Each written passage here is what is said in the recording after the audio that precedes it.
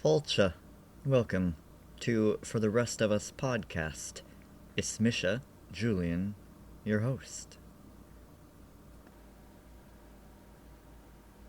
Sing to me, clear-toned muse, daughter of the great Zeus, of the mother of all gods and of all human beings.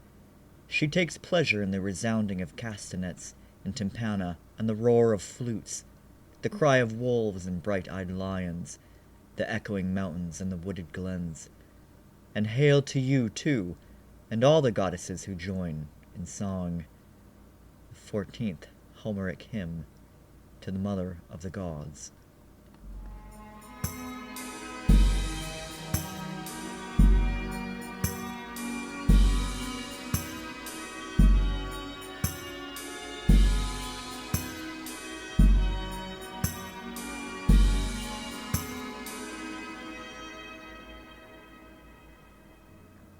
Imagine this.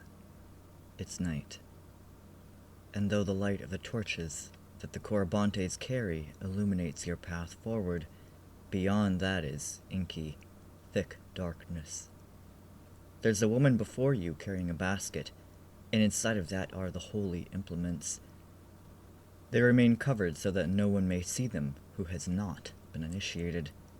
While moving with the group, colorfully attired in brilliant robes, you feel the need to dance.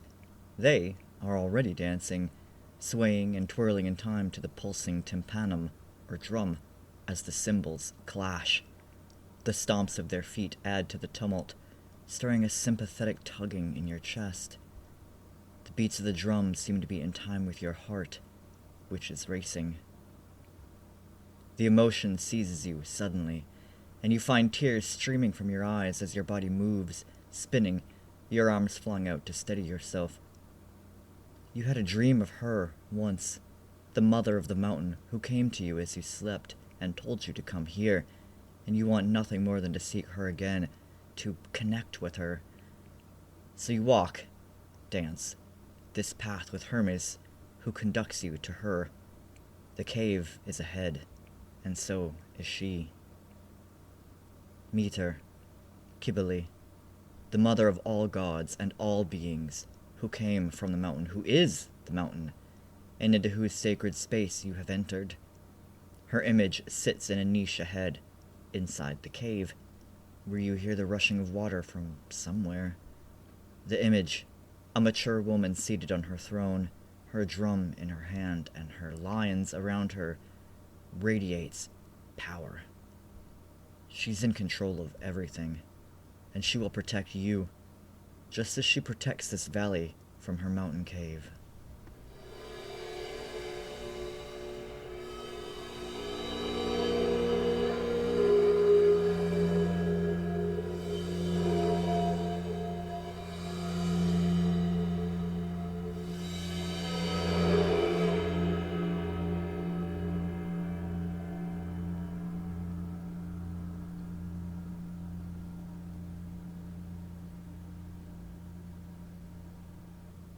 From the mists of prehistory, when she protected the grain in Çatalhöyük, through to the mountains and valleys of the Phrygians, onto the Greeks, whose mystery cults initiated adherence with music and emotion, and, finally, to the eternal city of Rome, she, Mother, Matar, has kept a watchful eye on her people.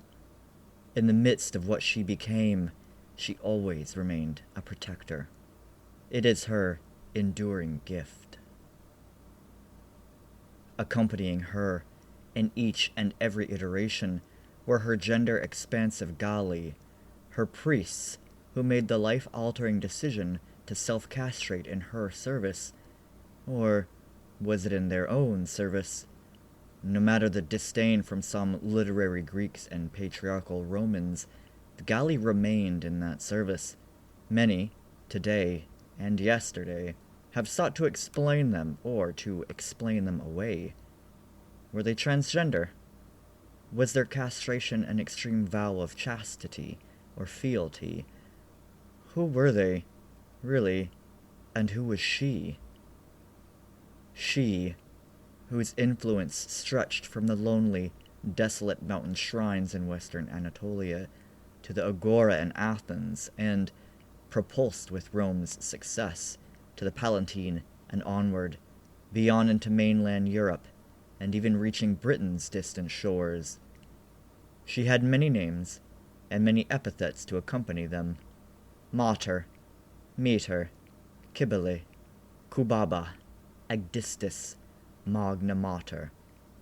She was called Mother, but rarely shown with children. More often, she was shown with felines, leopards or lions, and her dominating them. They, along with her status as a protector, were one of the few symbols to remain with her to the Christian era. If she was a mother, she was a great and terrible one, whose mercy and whose love were intertwined with power and authority. And for many, she was a refuge. She was a goddess of the people, all of the people, citizen, non-citizen, men, women, and those falling somewhere between, or moving fluidly across. Let's continue to meet her. I've already spoken about her presence in Neolithic Anatolia in 7000 BCE, the earliest era in which we have, so far, found her likeness. Onward we journey, then, to the Neo-Hittites, who came after the Bronze Age collapse that ended the Hittites. There, they worshipped a goddess named Kubaba. Kubaba, unlike Matar in Phrygia, located in what is now western Turkey, was one goddess among a pantheon of deities. She was the patron of the city Carchemish in northern Syria, and rose in prominence as her city rose, her influence then spreading to other Neo-Hittite and non-Neo-Hittite areas, such as Kastabala in southern Turkey and Sardis of the Lydians in the west. She is both like and unlike the Phrygian Matar who would follow her. Both are clad in a long gown which is belted at the waist, topped off with an elaborate headdress, from which a veil descends down their backs and sides. Matar is always standing, but Kubaba can be standing or sitting. Long associated with birds of prey and predators in general, the Neolithic female figure finds herself in both of these expressions of the goddess. Matar is often shown holding or restraining such a bird, while Kubaba is not. The symbol for bird is in the hieroglyphs that make up her very name. Kubaba may not be associated with birds of prey in her imagery, but she is associated with lions through her consort, who is often shown with them. Matar herself never has a consort at this time. Kubaba's consort is a weather god. The Phrygian Matar's focus is not femininity nor fertility, where Kubaba's seems to be, as one of the objects she holds is a mirror, and the other a pomegranate. Matar is more concerned with death, and is associated with funeral rites. Although, perhaps, if the Greek story of Persephone has its roots in these ancient times, the pomegranate Kubaba holds could be related to death and renewal as well. But I suppose Kubaba doesn't sound much like Matar, does it? It does sound like Kybele. The problem being, Matar wasn't called Kybele in Phrygia. Her name was Agdistis, and she was most often called Matar, which means mother. I rather think this name, Kubaba, could still be associated with her, and most scholars agree, because one of her epithets was kubileya, or kubileya, referring to a mountain, and that does sound very much like Kubaba. There aren't many inscriptions to draw from in Phrygian findings. At the publication of Roller's extensive book, In Search of God the Mother, in 1999, there were 2 instances of that epithet found. Don't take that to mean she wasn't important. She was the only deity attested in the inscriptions, and was the central goddess of the Phrygians. There were simply no larger texts found, only a handful of these inscriptions describing dedications made to the goddess. The only figures found with her were smaller than she, indicating they were her attendants, not her equals. There were also figurines of her castrated priestesses, the Galli. These figurines were made of expensive materials, silver and ivory, indicating the high regard with which those who served in that role were held. They, like her, are draped in long robes belted at the waist, a tall headdress crowning them.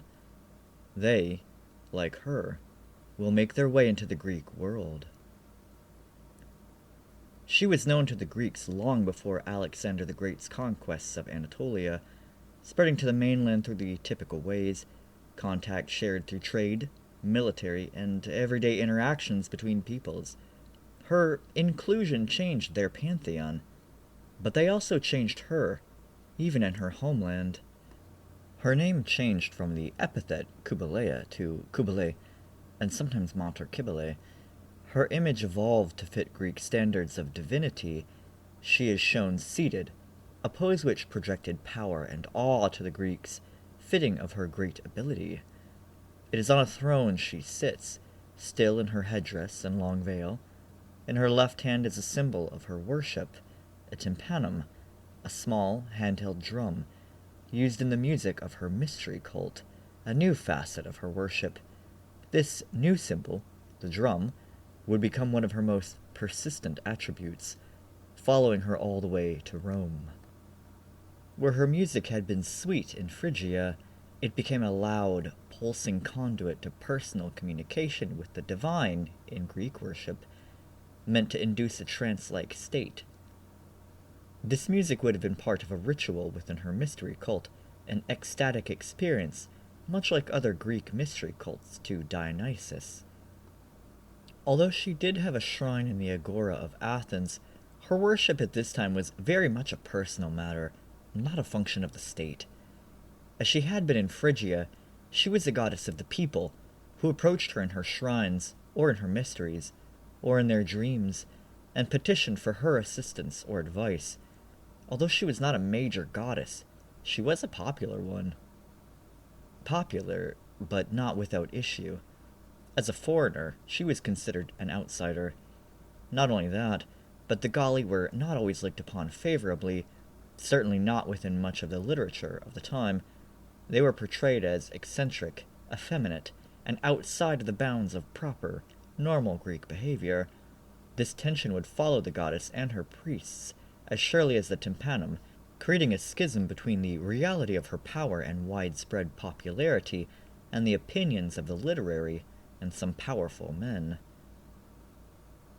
How could the holy people of a goddess, considered the mother of all the Greek gods, be treated so?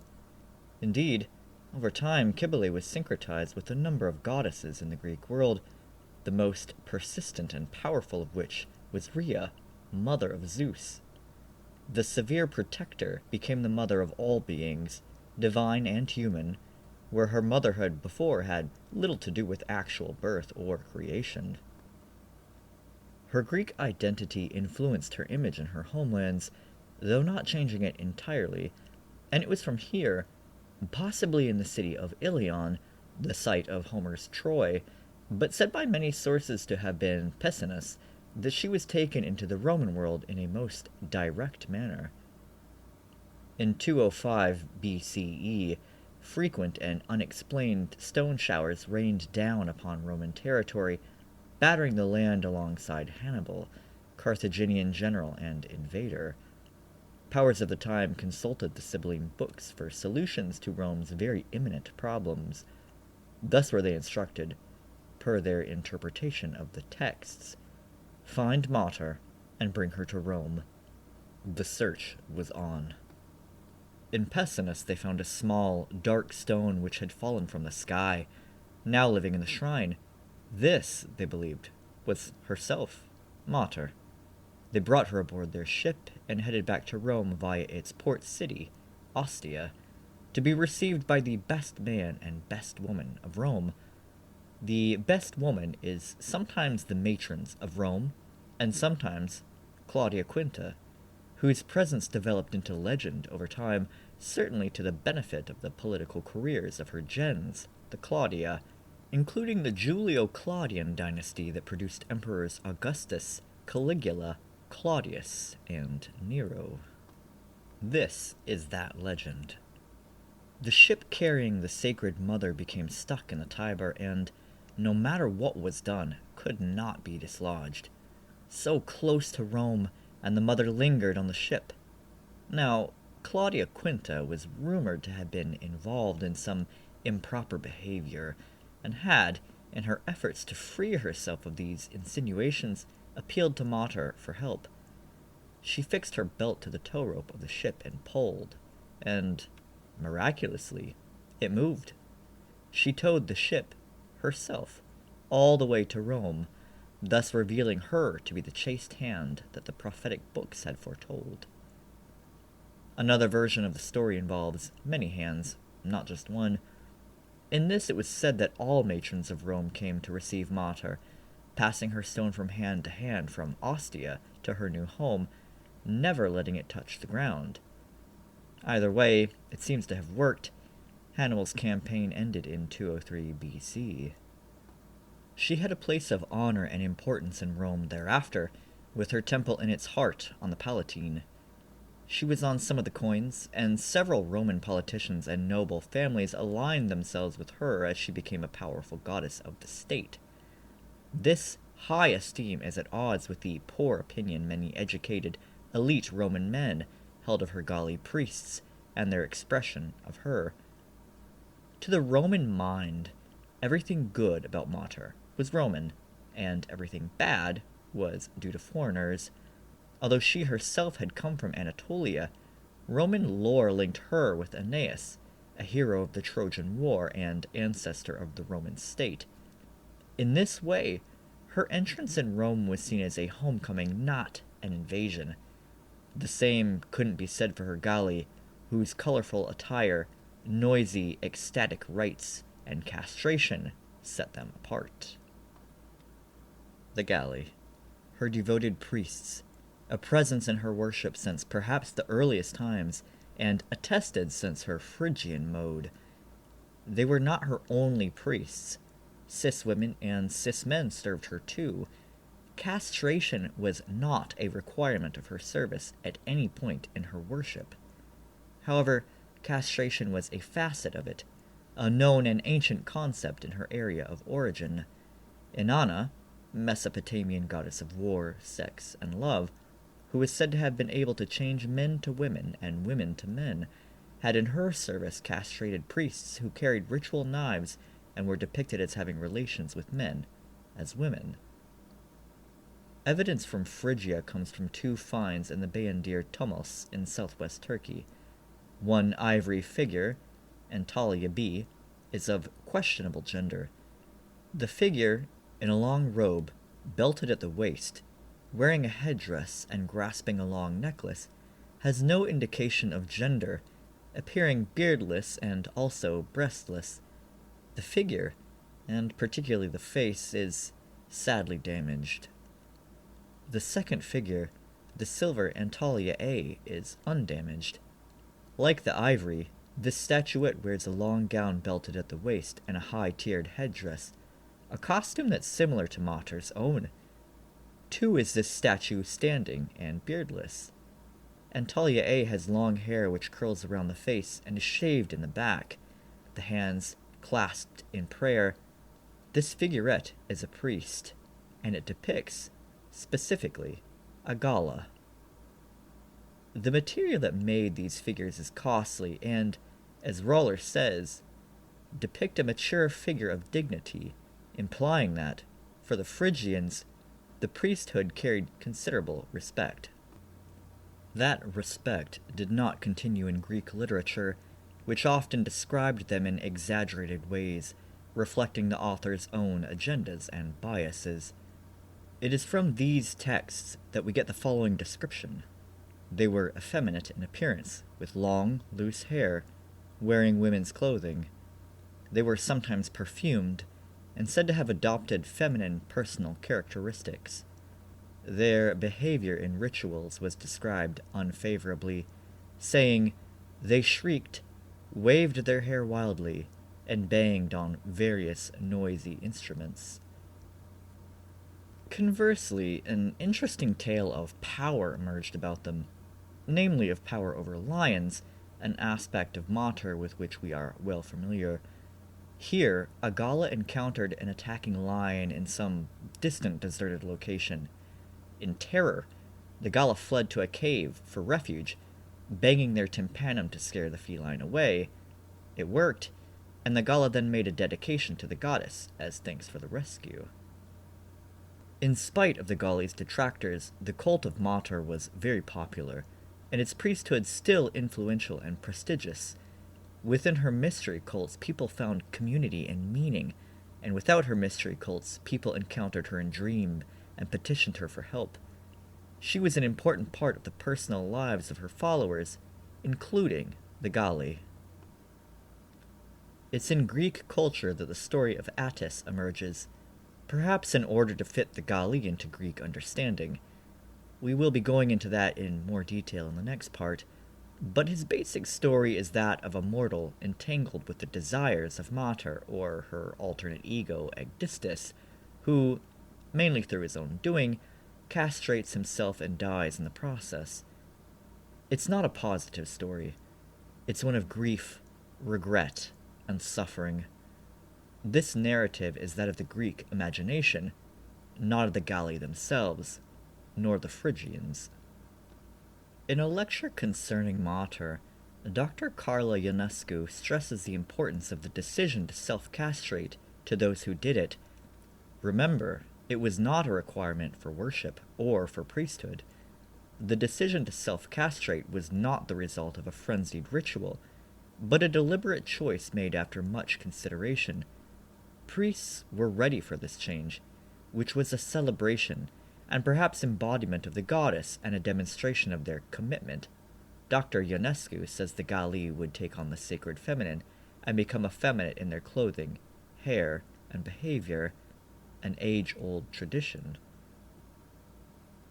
Dr. Lynn Roller says the castration could have been the ultimate vow of chastity. However, I wonder at the accuracy of this, simply because of the written works citing sexual activity of the Galli with both men and women. In Rome, a particular accusation was that they would tempt women who were quite fond of them. In Rome, the attitudes toward the Galli were overwhelmingly negative. With a few exceptions, they are interestingly enough involved in divination in one instance.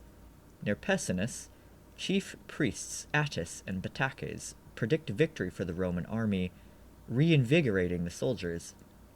On the other side of a similar force, they persuade the Roman army outside of Sestos to leave the city in peace, which they do. A third story stresses their power, and the power of their goddess, even as it seeks to denigrate them. In this, a Gala described as colorful approaches the Senate to speak, and is protested by one plebeian tribune. That tribune dies shortly after, suddenly, of fever. It was seen as an omen from Matar, and bolstered public conviction about her power. But, again, overall attitudes about the Galli in Rome in any era were contemptuous, and they were considered, damningly, un-Roman. The Romans used feminine pronouns to describe the Galli. Their voices were said to be high-pitched, their hair long and wild, and their costume colorful, garish to Roman sensibilities. They curled their hair with a hot iron, then slicked it with myrrh, a scented resin. It wasn't the castration per se that troubled them, as some slaves were castrated in that time and place, but rather the power of the priests who were castrated that did. The Galli, who held the power of the Idaean Great Mother, savior and protector of Rome, were seen as feminine in the center of a highly hierarchical and patriarchal society. That wasn't how the world worked, according to the Romans. Galli had little recourse in legal matters. They could not be Roman citizens until the reign of Claudius. Enslaved Galli were denied inheritances on the ground that they were neither men nor women, and could be exiled.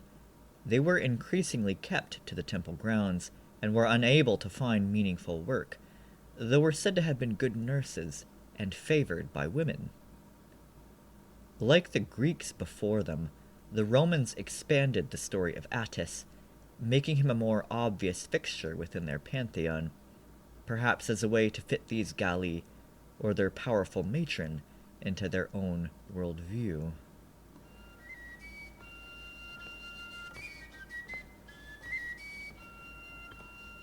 Attis, Attis. From the title of a priest to a god in his own right, his journey may have been as long as the Great Mother's, or it may not have been. His story always is tied into hers. There is no Attis without Kybele. Indeed, his story begins with a version of hers. The first. She was the daughter of mortals, but herself divine, a fact that was discovered many years after her parents had exposed her, a practice of abandoning an infant to the wilderness, presumably, but not explicitly, to die. She didn't, and was raised by wild animals. At some point she falls in love with young Attis, a local shepherd, and becomes pregnant by him. Her parents find her again, and then become enraged to learn she's pregnant. They cause Attis's death, and in her grief Kybele goes mad. She wanders, lost in her mind, until she's recognized as a divine being, eventually being worshipped alongside her lost love.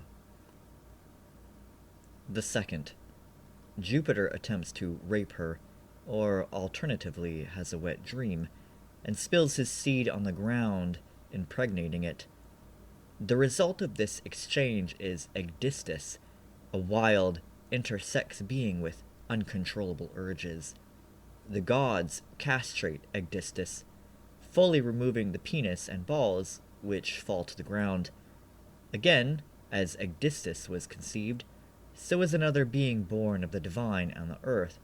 An almond tree grows there, which itself impregnates a local woman who eats its fruit. Of this mortal is Attis born, Attis, for whom Agdistis develops an intense passion. There are multiple iterations from this point, all of them unhappy.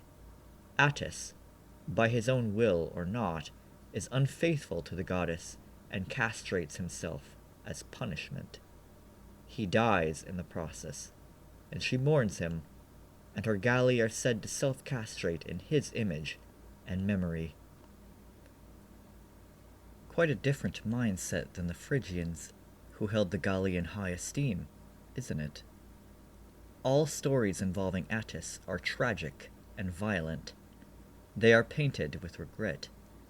They are, in these ways, reminiscent of the transgender tragedy porn narrative sought and consumed by the general public today.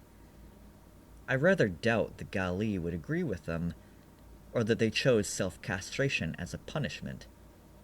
Keep in mind, they themselves wrote none of this. Written attestations about them are often by those who seek to denigrate them, whether that be Roman patricians or post-pagan Christian authors. In Phrygia, the name Attis appears in many transcriptions, which makes sense, as Attis was a common Phrygian name, not as a focus of worship, but as the name of the dedicator or recipient of a prayer. In Phrygia he was neither consort nor god, as neither existed in that spirituality. Attis was the title of the priesthood of Matar in Phrygia, and, as Matar had its Galli, perhaps the two were conflated. As a divine being, he manifested in the 4th century BCE in Greece, found on a stele in Piraeus, identified by his costume, which included his shepherd's crook and the floppy hat often used to signify Eastern foreigners. His appearances increase as the years pass. He's present in the mystery cults of Kybele, where he had rites of his own, the Idaea, that took place twice a year and could have involved spreading a funeral couch for him. In Rome, he had his own festival, from late to mid-March, called the Hilaria. Hilaria means season of rejoicing, and was a word used to describe any such celebratory day. This multi-day event chronicled the story of his death and resurrection. Details of the events were written by a Christian author several centuries afterwards. Attis was a large part of Roman worship of her, far greater than what was seen in Greece, and was inducted into the Roman pantheon under Claudius. The influence of Rome changed how he was viewed in his homeland. In Anatolia, which, remember, had not originally had this figure at all, he appeared on reliefs, often lying underneath a pine, dying from his castration.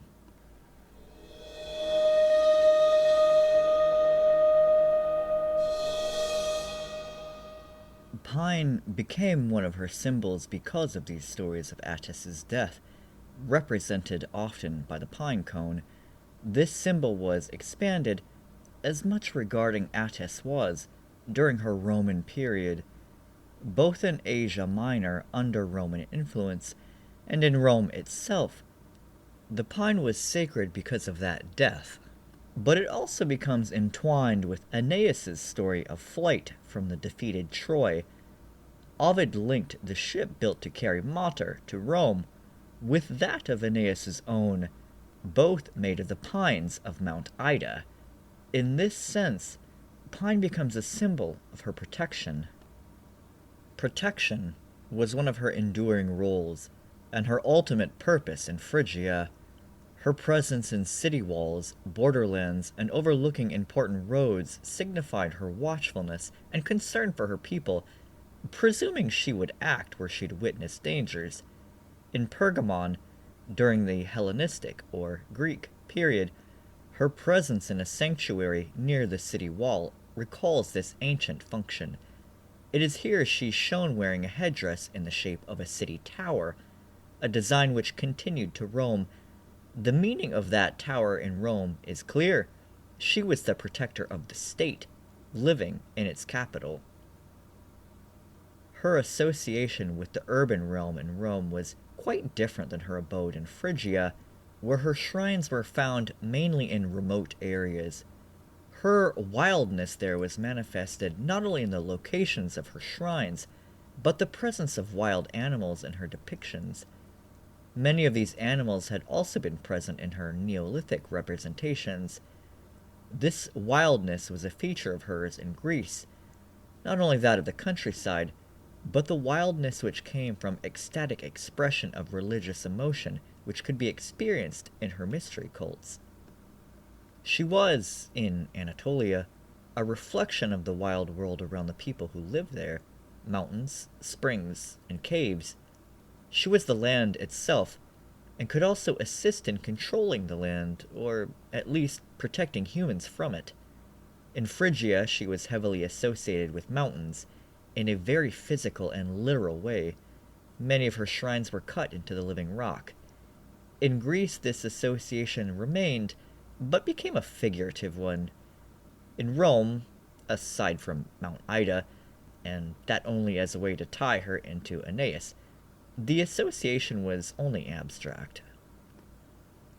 Felines, of course, were another persistent indicator of her wildness, and her control over wildness.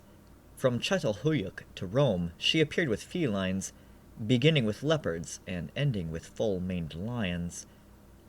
Her control over wilderness benefited human beings. Her linkage to both worlds was signified by the architectural designs found on her reliefs in Phrygia, where she is shown in doorways, a style begun before Phrygia and continuing beyond it into Greece. As we saw in the Neolithic figure discovered in 2005 that was referenced in the last episode, she had domain over both life and death. In Phrygia, she was displayed in funerary contexts. Later, her consort would die eternally. Fertility.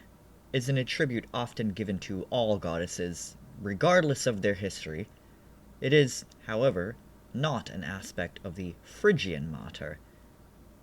A figure from the aforementioned Bayandir tumulus in Lycia does show her with two children, but they may be a depiction of her syncretization with the goddess Leto, making these children Apollo and Artemis. In Greece, one of her cult statues was found within a sanctuary of the goddess of childbirth. She was also syncretized with Gaia, Mother Earth, and, of course, Rhea, the Mother of Gods. This fertility association ramped up in Rome, where she was said to have improved the crops the year after her arrival. Interestingly, in Asia Minor she was a witness to oaths and contracts, guiding her followers in fulfillment of their vows, or perhaps assuring them with her awful power. She had an appreciation for music. In Phrygia, that music was described as sweet and lovely, created by flutes and lyres, and without percussive instruments. Quite a different sort than the music which would overtake her worship, first in mystery cults and then in public processions. That music, pulsing and raucous, began in Greece. It was later a cause of tension within Rome, which treasured order and control above all. The trouble with that music was in the changing nature of its purpose. In Greece, its function was to induce a trance-like state for communication with the divine. In Rome, where her purpose was no longer personal, but public, this was confused and confusing. Indeed, prior to Roman times, her worship was exclusively personal, and her shrines and rites facilitated that communication.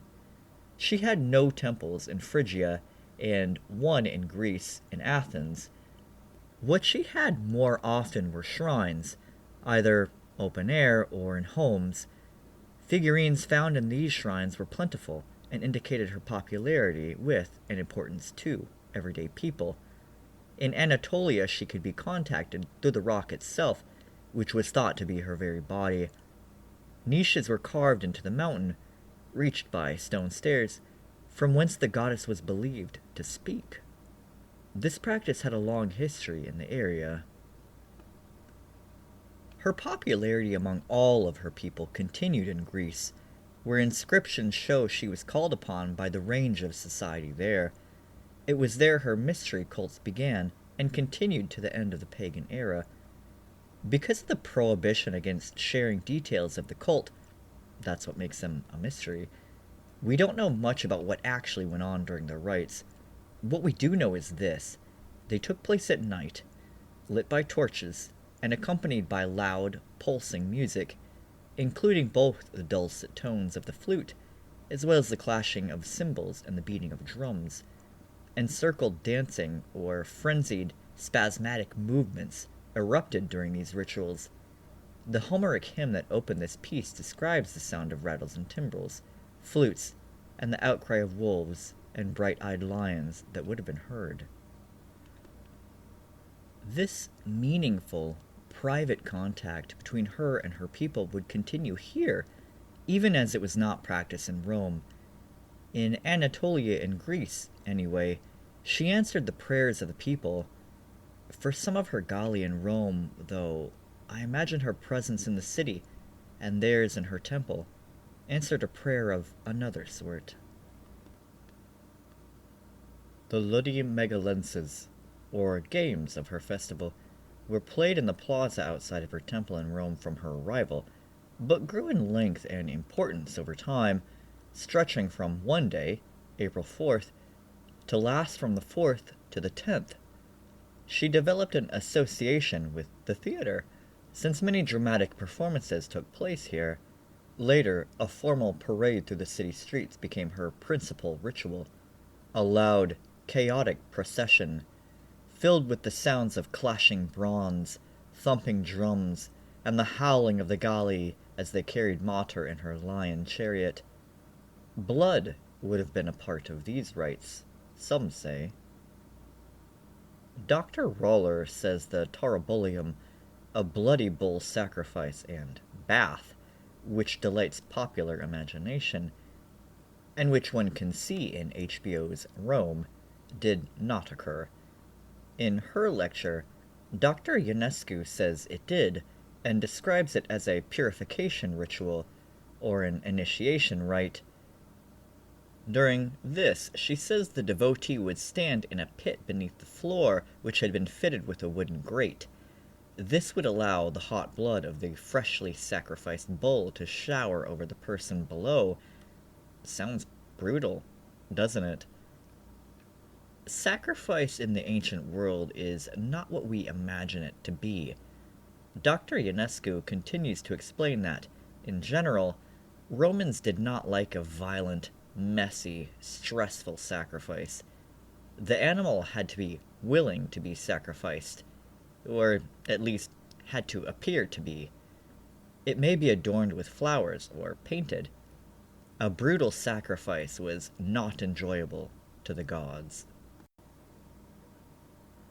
Her path runs alongside the paths of the other gods of Rome and of the pagan world, eventually replaced and denigrated, besmirched and criticized, named uncivilized and old-fashioned, and now revived.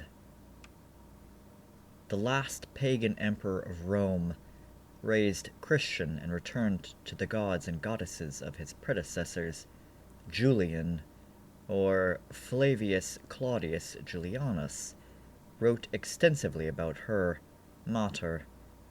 She was, even at the end, and even as the empire centered itself in Constantinople, an integral part of the Roman experience to the emperor. He died in battle, and we know the course of history of the gods from that point. Before the death of that possibility, Julian prayed to her, writing this in his works.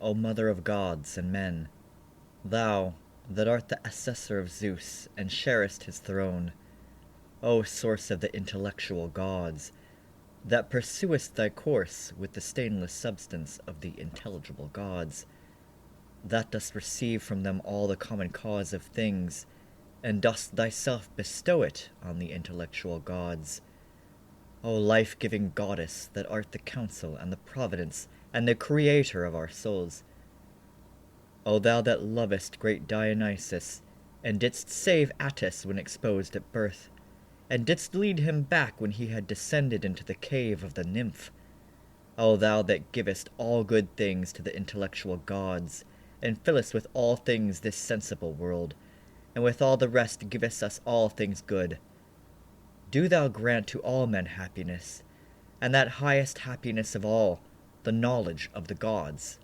and grant to the Roman people in general that they may cleanse themselves of this stain of impiety, grant them a blessed lot, and help them to guide their empire for many thousands of years. And for myself, grant me as fruit of my worship of thee, that I may have true knowledge in the doctrines about the gods. Make me perfect in theurgy, and in all that I undertake, in the affairs of the state and the army, grant me virtue and good fortune, and that the close of my life be painless and glorious, in the good hope that it is to you, the gods, that I journey.